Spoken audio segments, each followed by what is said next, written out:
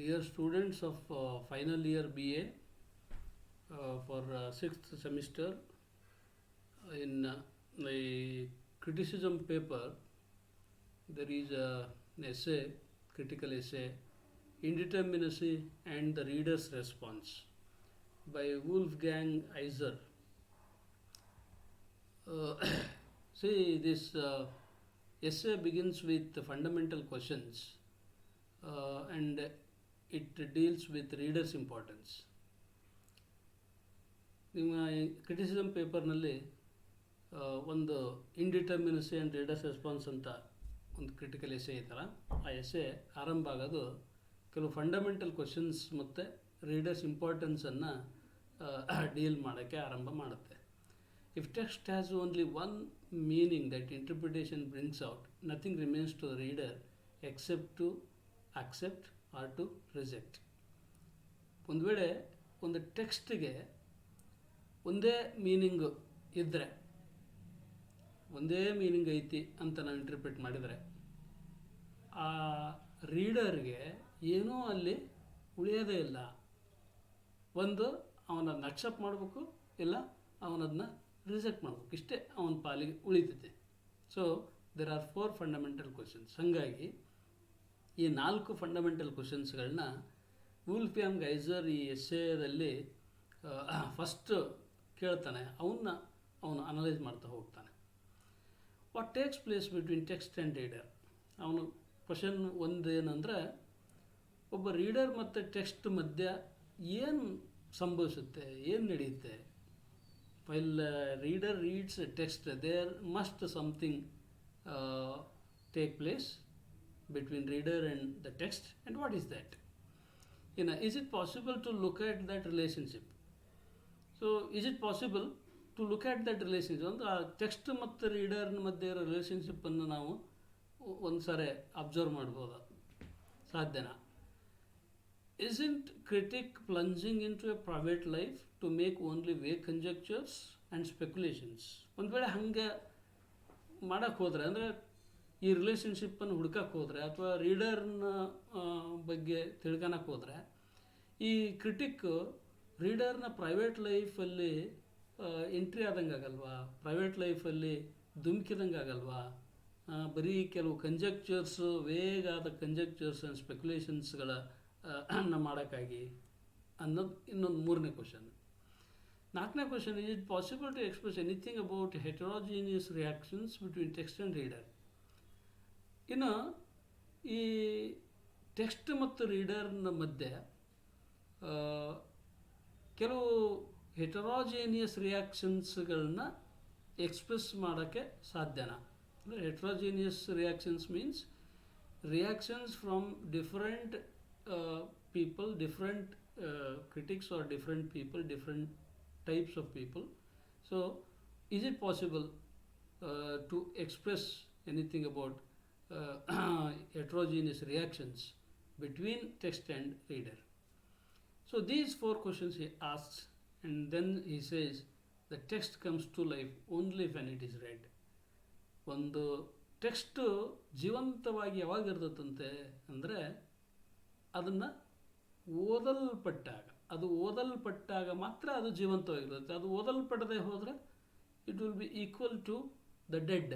So it must be studied through reader's eyes to examine the text. ಹಾಗಾಗಿ ಒಂದು ಟೆಕ್ಸ್ಟನ್ನು examine ಮಾಡೋಕ್ಕೆ ಅದನ್ನು ರೀಡರ್ನ ದೃಷ್ಟಿಯ ಮುಖಾಂತರವೇ ಓದಬೇಕು. ರೀಡರ್ನ ದೃಷ್ಟಿಯ ಮುಖಾಂತರವೇ we have to go through the text, so it lives then and there. So let us discuss the next point. Now we discussed what are the fundamental questions with which this essay begins. Now let us move on to the next point, whether meaning is concealed within the text itself. ಬರೀ ಟೆಕ್ಸ್ಟ್ನಲ್ಲಿ ಮಾತ್ರ meaning conceal ಆಗಿರುತ್ತಾ, ಟೆಕ್ಸ್ಟ್ನಲ್ಲಿ ಮಾತ್ರ meaning ಅಡಗಿರ್ತದ ಅನ್ನೋದು ಒಂದು question. ಇದಕ್ಕೆ ಇವನು ಏನು clarification ಕೊಡ್ತಾನೆ Wolfgang Iser ಅಂದರೆ, if it is so, why the text should indulge in hide and seek with interpreters. ಒಂದು ವೇಳೆ ಈ ಟೆಕ್ಸ್ಟಲ್ಲಿ ಮಾತ್ರ ಮೀನಿಂಗು ಅಡಗಿರ್ತತಿ ಅನ್ನೋದಾದರೆ ಮತ್ತೆ ಯಾಕೆ ಆ ಟೆಕ್ಸ್ಟಿನ ಒಳಗಡೆ hide and seek with interpreters. ಈ ಇಂಟರ್ಪ್ರಿಟರ್ಸು ಯಾವುದು ಬಚ್ಚಿಡಲ್ಪಟ್ಟಿದೆ ಅದನ್ನು ಹುಡುಕ ಅಂತ ಕೆಲಸನ ಯಾಕೆ ಮಾಡೋಕ್ಕೆ ಹೋಗ್ತಾರೆ? ಅಂದರೆ ಇದರ ಅರ್ಥ ಬರೀ ಟೆಕ್ಸ್ಟ್ನಲ್ಲಷ್ಟೇ ಮೀನಿಂಗ್ ಇರಲ್ಲ. Even from outside experience also we can operate a particular text ಅನ್ನೋದು ಅಭಿಪ್ರಾಯ. Why there should be the puzzling meaning, why the meaning changes through the text though the text is the same. ನೋಡಿರಿ, ಭಾಳಷ್ಟು ಸಾರಿ ಕೆಲವು ಮೀನಿಂಗ್ಗಳು ಪಸ್ಲಿಂಗ್ ಆಗಿರ್ತವೆ, confusing ಆಗಿರ್ತವೆ. ಮತ್ತು ಈ meaning ಒಂದೇ ಟೆಕ್ಸ್ಟ್ ಆಗಿದ್ದರೂ ಕೂಡ for the second reading, third reading the meaning changes. First ರೀಡಿಂಗ್ನಾಗ ನಮಗೆ ಏನು ಎಮ್ಯಾನೇಟ್ ಆಗುತ್ತೆ ಆ ಮೀನಿಂಗ್ ಒಂದು ಟೆಕ್ಸ್ಟಲ್ಲಿ, ಅದು ಸೆಕೆಂಡ್ ರೀಡಿಂಗ್ನಲ್ಲಿ ಆ ಮೀನಿಂಗು ಸ್ವಲ್ಪ ಡಿಫ್ರೆಂಟಾಗಿ ಎಮ್ಯಾನೇಟ್ ಆಗ್ಬೋದು. ಅದು ಥರ್ಡ್ ರೀಡಿಂಗ್ನಲ್ಲಿ ಇನ್ನೂ ಡಿಫ್ರೆಂಟಾಗಿ ಎಮ್ಯಾನೇಟ್ ಆಗ್ಬೋದು, though it is the same text. So that's how Wolfgang Weiser tries to tell us that the meaning is not just concealed in the text, but it is connected with the outside experience also ಅನ್ನೋದನ್ನ ಅವನು ಹೇಳ್ತಾನೆ. So roll of a reader, ಹಂಗಾರೆ ಇಲ್ಲಿ roll of a reader ಏನು? ನೀವು ಇದಕ್ಕಿಂತ ಮುಂಚೆ ನಾನು ಆರಂಭದಲ್ಲೇ ಇಂಡಿಟರ್ಮಿನಸಿ ಅನ್ನೋದನ್ನ ನೀವು ಕ್ಲಾರಿಫೈ ಮಾಡ್ಕೋಬೇಕು. ಏನು ಇಂಡಿಟರ್ಮಿನಸಿ ಅಂದರೆ ಒಂದು ಟೆಕ್ಸ್ಟ್ನಲ್ಲಿ ಆಲ್ರೆಡಿ ಮೀನಿಂಗ್ ಡಿಟರ್ಮೈನ್ಡ್ ಆಗಿಬಿಟ್ರೆ, ಅಂದರೆ ಪೂರ್ವ ನಿರ್ಧಾರಿತ ಮೀನಿಂಗ್ ಅದ್ರಾಗ ಆಲ್ರೆಡಿ ಡಿಕ್ಲೇರ್ಡ್ ಆಗಿಬಿಟ್ಟಿದ್ರೆ ಆ ಟೆಕ್ಸ್ಟ್ಗೆ ಆ ಲಿಮಿಟೆಡ್ ಲೈಫ್ ಮಾತ್ರ ಸಿಗುತ್ತೆ.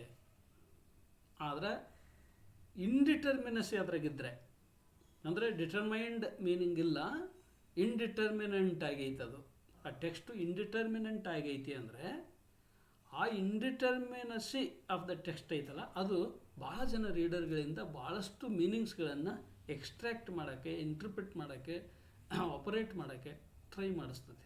ಅದನ್ನು ರೀಡರು ಮಾಡ್ತಾನೆ. ಅದು ಕ್ರಿಟಿಕ್ ಇರ್ಬೋದು ಅಥವಾ ಒಬ್ಬ ಕಾಮನ್ ರೀಡರ್ ಇರ್ಬೋದು. ಅದನ್ನು ಇಲ್ಲಿ ಅವನು ಅನಲೈಸ್ ಮಾಡ್ತಾ ಹೋಗ್ತಾ ಇದ್ದಾನೆ. So next point, role of a reader. ಏನು role of a reader? To convey meanings, to open up the possibility of the text is the reader's role. ಒಂದು ಅವನಿಗೇನು ಮೀನಿಂಗ್ ಕಂಡು ಬರುತ್ತೆ ಅದನ್ನು ಕನ್ವೆ ಮಾಡ್ಕೊಳ್ಳೋದು, ಅವನಷ್ಟಕ್ಕೆ ಅವನು ಕನ್ವೆ ಮಾಡ್ಕೊಳ್ತಾನೆ. To open up the possibilities of the text is the reader's role. ಇನ್ನು ಟೆಕ್ಸ್ಟಿಗೆ ಒಂದೇ ಮೀನಿಂಗಿನ ಪಾಸಿಬಿಲಿಟಿ ಇರಲ್ಲ. There shall be more possibilities of getting more number of meanings and he has to open up the possibilities. The reader has to open up the possibilities. The text itself never opens. The reader's action is to open it up. He has to operate in different ways to find the different meanings. One of the possible realizations is to describe an experience of a cultured reader. One of the possible realizations ಏನಂದರೆ, ಅವನು ತನ್ನ cultured ಎಕ್ಸ್ಪೀರಿಯನ್ಸನ್ನು describe ಮಾಡೋಂಥ ಕೆಲಸ ಮಾಡ್ತಾನೆ. ಅಂದರೆ ಅದ್ರಾಗೆ extract ಮಾಡಿ ಅದನ್ನು ಡಿಸ್ಕ್ರೈಬ್ ಮಾಡೋಂಥ ಕೆಲಸ ಮಾಡ್ತಾನೆ. That description of his cultured experience will happen into his mind when he goes on reading a particular text. The fourth point, see relationship between text and reader. ಏನು text ಮತ್ತು ರೀಡರ್ನ ಮಧ್ಯೆ relationship ಏನು? First step, there are two steps while we talk of the relationship between text and reader. First step is to indicate the special qualities of text.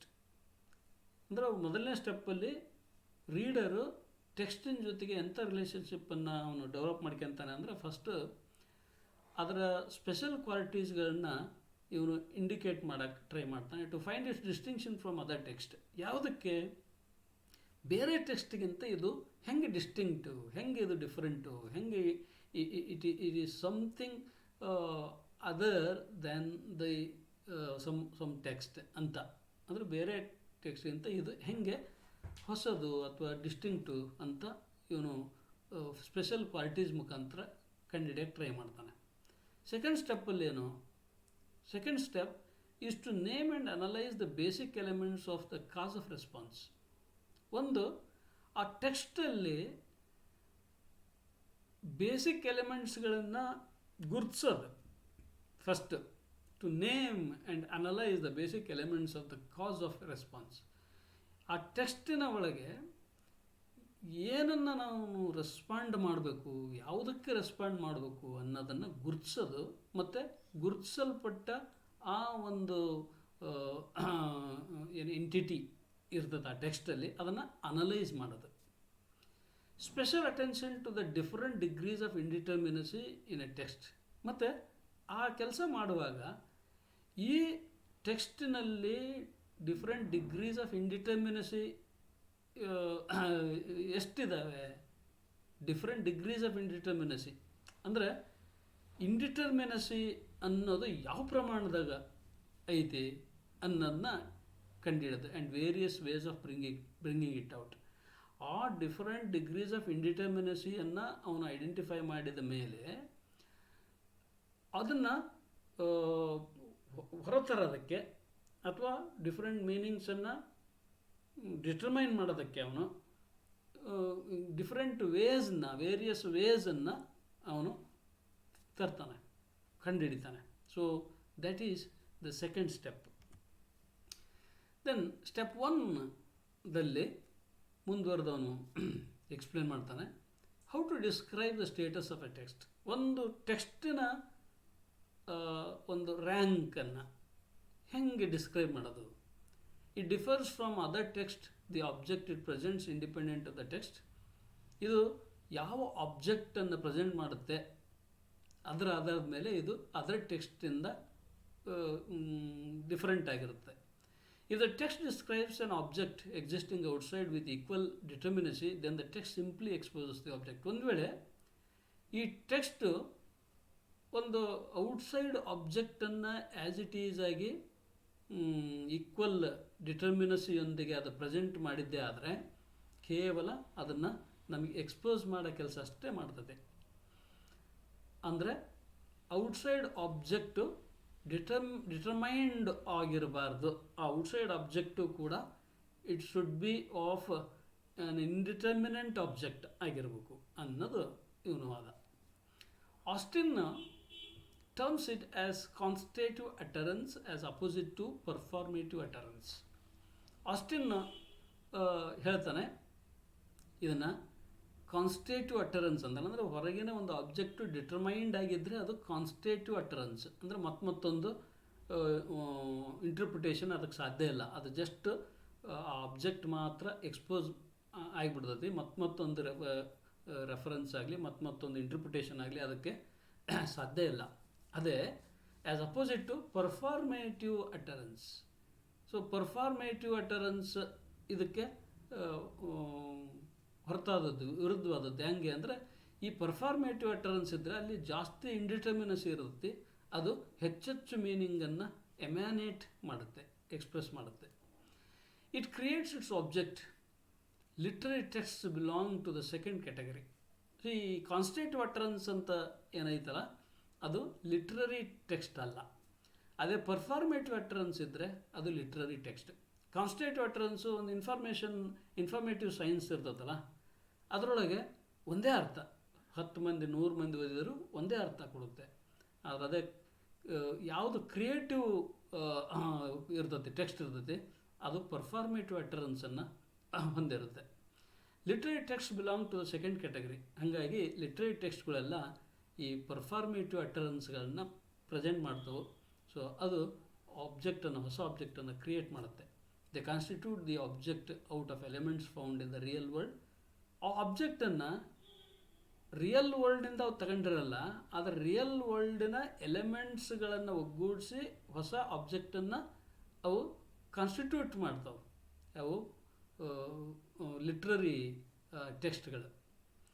They don't have concrete object in the real world. ಆದರೆ real ವರ್ಲ್ಡಿನ concrete ಆಬ್ಜೆಕ್ಟನ್ನು ತಗೊಂಡು ಅವು present ಮಾಡಲ್ಲ. Real ವರ್ಲ್ಡಿನ ಭಾಳಷ್ಟು ಎಲಿಮೆಂಟ್ಸ್ಗಳನ್ನು ತಗೊಂಡು ಒಂದು ಆಬ್ಜೆಕ್ಟನ್ನು ಕಾನ್ಸ್ಟಿಟ್ಯೂಟ್ ಮಾಡ್ತವೆ. ಸೊ ಆ ಕಾನ್ಸ್ಟಿಟ್ಯೂಟ್ ಮಾಡುವ object from person to person, from reader to reader it may differ ಅನ್ನೋದು ಇಲ್ಲಿ important. Next fifth point, where indeterminacy arises. ಈ ಇಂಡಿಟರ್ಮಿನಸಿ ಅನ್ನೋದು ಎಲ್ಲಿ ಉದ್ಭವಿಸುತ್ತೆ, ಎಲ್ಲಿ ಉದಯಿಸುತ್ತೆ, ಎಲ್ಲಿ ಕಂಡು ಬರ್ತೈತಿ ಅಂತ. If literary text presents no objects, ಒಂದು ಲಿಟ್ರರಿ ಟೆಕ್ಸ್ಟು ಯಾವುದೇ ಆಬ್ಜೆಕ್ಟನ್ನು ಅದು ಪ್ರೆಸೆಂಟ್ ಮಾಡದೆ ಹೋದರೆ, yet it comes true by readers' participation and response. ಆಗ ಒಬ್ಬ ರೀಡರ್ನ ಪಾರ್ಟಿಸಿಪೇಷನ್ ಮುಖಾಂತರ ಆ ಲಿಟ್ರರಿ ಟೆಕ್ಸ್ಟಿನ ಆಬ್ಜೆಕ್ಟು ಕಮ್ಸ್ ಟ್ರೂ, ಅದು ಕಂಡು ಬರ್ತದೆ. But there the reader can't refer to any definite object or fact to judge the text presentation as right or wrong. ಆದರೆ ಯಾವುದೇ ಒಬ್ಬ ರೀಡರ್ ಒಂದು ಆಬ್ಜೆಕ್ಟನ್ನು ಡೆಫಿನಿಟ್ ಆದ ಆಬ್ಜೆಕ್ಟಾಗಿ, ಫ್ಯಾಕ್ಟಾಗಿ ಅವನು ಪ್ರೆಸೆಂಟ್ ಮಾಡೋಕ್ಕೆ ಸಾಧ್ಯ ಇಲ್ಲ, ಮಾಡಬಾರ್ದು. ಅದನ್ನು ಯಾವುದೇ ಒಂದು ಟೆಕ್ಸ್ಟನ್ನು ಅದು ರೈಟ್ ಆ್ಯಂಡ್ ರಾಂಗ್ ಅಂತ ಅವನು ಜಡ್ಜ್ ಮಾಡಬಾರ್ದು. At this such text denies the possible verification. ಯಾವುದೇ ಒಂದು ಕ್ರಿಯೇಟಿವ್ ಲಿಟ್ರರಿ ಆರ್ಟ್ ಪೀಸ್ ಅಥವಾ ಲಿಟ್ರರಿ ಟೆಕ್ಸ್ಟ್ ಇರ್ತದಲ್ಲ, ಅದು ಇಂಥ ಒಂದು judgement as right or wrong ಅದನ್ನು ಅದು ನೆಗೆಟ್ ಮಾಡುತ್ತೆ. Denies the text, denies the possible verification. ಅಂದರೆ ಯಾವುದೇ ಒಂದು ಲಿಟ್ರರಿ ಟೆಕ್ಸ್ಟ್ನ ವೆರಿಫೈ ಮಾಡೋದು ತಪ್ಪು. That should lead the reader to create many things. It should not be verified, it should not be scrutinised, it should lead the reader to create many things. At this point, indeterminacy arises when any text doesn't permit a referral to an identical real life situation. ಯಾವಾಗ ಇಂಡಿಟರ್ಮಿನಸಿ ಅನ್ನೋದು ಕಂಡು ಬರ್ತೈತಿ ಅಂದರೆ, ಯಾವಾಗ ಒಂದು text ಯಾವುದೇ ಒಂದು particular ಆದ ಡೆಫಿನಿಟ್ ಆದ ಒಂದು ರೆಫರಲ್ಲನ್ನು ಅದು ಪರ್ಮಿಟ್ ಮಾಡಲ್ವೋ, ಒಂದು identical object in the real life ಸಿಚುವೇಶನ್ಗೆ ಅದು ಯಾವುದೇ ಒಂದು ರೆಫರಲ್ಲನ್ನು ಪರ್ಮಿಟ್ ಮಾಡಲ್ವೋ, ಆವಾಗ ಈ ಇಂಡಿಟರ್ಮಿನಸಿ ಅನ್ನೋದು ಹೆಚ್ಚು ಅರೈಸ್ ಆಗುತ್ತೆ. Then sixth point, what the gaps of indeterminacy cause. ಈ ಇಂಡಿಟರ್ಮಿನಸಿಯ ಗ್ಯಾಪ್ಸ್ ಅಂದರೆ ಇಂಡಿಟರ್ಮಿನಸಿ ಏನು ಗ್ಯಾಪ್ಸನ್ನು ಕ್ರಿಯೇಟ್ ಮಾಡುತ್ತಲ್ಲ, ಅಂದರೆ ಇದೇ ಎಕ್ಸಾಕ್ಟ್ ಮೀನಿಂಗು, ಇದೇ ಎಕ್ಸಾಕ್ಟ್ ಆಬ್ಜೆಕ್ಟು ಅಂತ ಹೇಳಕ್ಕೆ ಬರಲಾರ್ದಂಥ ಒಂದು ಸ್ಥಿತಿ ಟೆಕ್ಸ್ಟ್ನಲ್ಲಿ ಇರ್ತದಲ್ಲ, ಅದು ಏನನ್ನು ಕಾಸ್ ಮಾಡುತ್ತೆ, ಯಾವುದಕ್ಕೆ ಕಾರಣ ಆಗುತ್ತೆ ಅಂತ. If a text has a referent to the exact real with verifiable factor, it remains just a mirror reflection. ಒಂದು ವೇಳೆ ಟೆಕ್ಸ್ಟ್ನೊಳಗೆ ಎಕ್ಸಾಕ್ಟ್ ರಿಯಲ್ ಲೈಫನ್ನು ತೋರಿಸೋಂಥ ಆಬ್ಜೆಕ್ಟ್ ಇದ್ದರೆ, ಒಂದು ರೆಫರೆಂಟಲ್ಲಿ ಇದ್ಗಿದ್ರೆ ಅದು ಬರೀ ಮಿರರ್ ರಿಫ್ಲೆಕ್ಷನ್ ಆಗತ್ತೆ ಅಷ್ಟೇ, ಅದಕ್ಕಿಂತ ಹೆಚ್ಚು ಏನೂ ಆಗಕ್ಕೆ ಸಾಧ್ಯ ಇಲ್ಲ, nothing more. If it is so, it loses it's creative qualities. ಒಂದು ವೇಳೆ ಅದು ಹಂಗೇನಾರ ಇದ್ದರೆ, ಪರ್ಟಿಕ್ಯುಲರ್ ರೆಫರೆಂಟನ್ನು ಅದು ರಿಯಲ್ ಲೈಫ್ನಿಂದ ತಗೊಂಡು ಪ್ರೆಸೆಂಟ್ ಮಾಡಿದರೆ, ಅದನ್ನು ಎಕ್ಸ್ಪೋಸ್ ಮಾಡಿದರೆ, ಅದು ಕ್ರಿಯೇಟಿವ್ ಕ್ವಾಲಿಟೀಸ್ನ ಕಳ್ಕೊಳ್ಳುತ್ತೆ. ಅಂಥ ಒಂದು ಲಿಟ್ರರಿ ಟೆಕ್ಸ್ಟಲ್ಲಿ ಕ್ರಿಯೇಟಿವ್ ಕ್ವಾಲಿಟೀಸ್ ಅನ್ನೋದು ಇರೋದೇ ಇಲ್ಲ. Whereas the text indeterminant of the real leads to the idea that any identification with the real world is impossible. ಇನ್ನು ಟೆಕ್ಸ್ಟು ಇಂಡಿಟರ್ಮಿನೆಂಟ್ ಆಫ್ ದ ರಿಯಲ್, ಈಗ ಒಂದು ರಿಯಲ್ ಯಾವುದು ಅನ್ನೋದನ್ನ ಅದು ಡಿಸೈಡ್ ಮಾಡದೇ ಹೋದರೆ, ಲೀಡ್ಸ್ ಟು ದಿ ಐಡಿಯಾ, ಅದು ಎಂಥ ಒಂದು ಐಡಿಯಾಗೆ ನಮ್ಮನ್ನು ತಗೊಂಡು ಹೋಗ್ತದೆ ಅಂದರೆ, that any identification with the real world is impossible. ಅಂದರೆ ಈ ಟೆಕ್ಸ್ಟಿನ ಒಳಗೆ ನಾವು ಹೊಕ್ಕು ರಿಯಲ್ ವರ್ಲ್ಡಿನಲ್ಲಿ ಏನನ್ನು ಕೂಡ ನಾವು ಐಡೆಂಟಿಫೈ ಮಾಡೋಕ್ಕೆ ಇದೇ ಎಕ್ಸಾಕ್ಟ್ಲಿ ಅಂತ ಐಡೆಂಟಿಫೈ ಮಾಡೋಕ್ಕೆ ಸಾಧ್ಯ ಇಲ್ಲ. ಒಂದು ವೇಳೆ ಐಡೆಂಟಿಫೈ ಮಾಡಿಬಿಟ್ರೆ the creativity of the text ends. The creativity of the text will become limited. The world of the text is always in competition with the real world. ಹಾಗಾಗಿ ಟೆಕ್ಸ್ಟಿನೊಳಗಿರುವ ಜಗತ್ತು ನಿಜ ಜಗತ್ತಿನೊಂದಿಗೆ ಸ್ಪರ್ಧೆಯಲ್ಲಿರುತ್ತೆ. Such competition causes some repercussions for the real world. So ಈ competition ಐತಲ್ಲ, ಟೆಕ್ಸ್ಟ್ನ ಒಳಗಡೆ ಇರುವ ಈ competition so real ವರ್ಲ್ಡ್ನ ಮೇಲೆ ಕೆಲವು ಪರಿಣಾಮಗಳನ್ನು ಕೂಡ ಅದು ಉಂಟು ಮಾಡುತ್ತೆ. The text functions as a criticism of life. ಹಾಗಾಗಿ ರಿಯಲ್ ಲೈಫ್ ಏನೈತೆ, ರಿಯಲ್ ವರ್ಲ್ಡಿನ ಲೈಫ್ ಐತಲ್ಲ, ಅದರ ಕ್ರಿಟಿಸಿಸಮ್ಮು ಈ ಟೆಕ್ಸ್ಟಿನ life. Then 7th point, how indeterminacy makes reader active. ಒಂದು ಇಂಡಿಟರ್ಮಿನಸಿ ಅನ್ನೋದು ರೀಡರ್ನ ಹೆಂಗೆ ಆ್ಯಕ್ಟಿವ್ ಮಾಡುತ್ತೆ? If there is indeterminacy in a text, the reader counterbalances it with his experience. ಈ ಇಂಡಿಟರ್ಮಿನಸಿ ಅನ್ನೋದಿದ್ದರೆ ಒಂದು ಟೆಕ್ಸ್ಟ್ ಒಳಗೆ, ಆಗ ರೀಡರು ಸುಮ್ಮನೆ ಓದ್ಕೊಂಡು ಹೋಗೋಕ್ಕಾಗಲ್ಲ. He has to made the application of his experience of life and he has to counterbalance it with his experience. He has to counterbalance the text with his experience. ಅವನು ತನ್ನ ಜೀವನದ ಅನುಭವವನ್ನು ಇಲ್ಲಿ ಅಪ್ಲೈ ಮಾಡಿ ಟೆಕ್ಸ್ಟ್ನ operate ಮಾಡಬೇಕಾಗುತ್ತೆ. he can project his own standards to arrive at specific meaning. ಅವನು ತನ್ನದೇ ಸ್ಟ್ಯಾಂಡರ್ಡ್ಸ್ಗಳನ್ನ project ಮಾಡಿ ಒಂದು ಸ್ಪೆಸಿಫಿಕ್ ಮೀನಿಂಗಿಗೆ ಅವನು ಅರೈವ್ ಆಗೋಕ್ಕೆ, ಬಂದು ನಿಲ್ಲಕ್ಕೆ ಅವನಿಗೆ ಈ ಇಂಡಿಟರ್ಮಿನಸಿ ಅನ್ನೋದು ಸಾಧ್ಯ ಮಾಡುತ್ತೆ. ಹಂಗಂತ ಅವನು ಯಾವ ಮೀನಿಂಗಿಗೆ ಬಂದು ಅರೈವ್ ಆಗ್ತಾನೆ, ಅದು it is not an end of the meaning of that particular text, because that text May give other meaning for other reader. When objective norms guide the reader, indeterminacy disappears, or the text may contradict our perceptions in such a degree that we the reader sometimes throw the book away, or we revise our perceptions, preconceptions. ಈಗ objective norms guide the reader, indeterminacy disappears. ಈ objective ನಾರ್ಮ್ಸು ರೀಡರ್ಗೆ guide ಮಾಡ್ತಾವೆ, ಆ guide ಮಾಡ್ದಂಗೆ ಇಂಡಿಟರ್ಮಿನಸಿ ಅನ್ನೋದು disappear ಆಗುತ್ತೆ.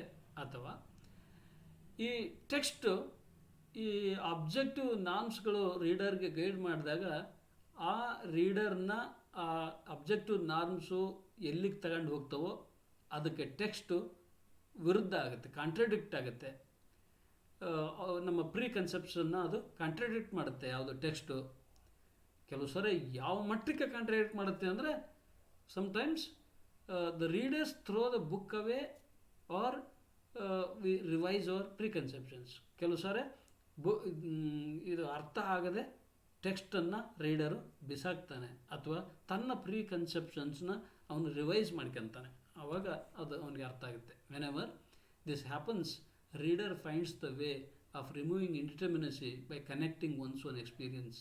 ಒಬ್ಬ reader ಆ ಟೆಕ್ಸ್ಟಿನ ಬದುಕನ್ನು, ಆ ಟೆಕ್ಸ್ಟಿನೊಳಗೆ ಬರುವ ಲೈಫನ್ನು ತನ್ನ ಎಕ್ಸ್ಪೀರಿಯನ್ಸ್ಗೆ ಕನೆಕ್ಟ್ ಮಾಡಿಕೊಂಡು ಅಲ್ಲಿರುವ ಇಂಡಿಟರ್ಮಿನಸಿಯನ್ನು ರಿಮೂವ್ ಮಾಡಿ ಒಂದು ಮೀನಿಂಗಿಗೆ ಬರ್ತಾನೆ, with what the text tends to convey. So ಅವಾಗ ಅವನಿಗೆ ಈ ಟೆಕ್ಸ್ಟ್ ಏನು ಕನ್ವೆ ಮಾಡುತ್ತೆ ಅಂತ ಅವನಿಗೆ ಗೊತ್ತಾಗುತ್ತೆ. So with this much we can end up this video. In the next video I continue the same essay. Thank you.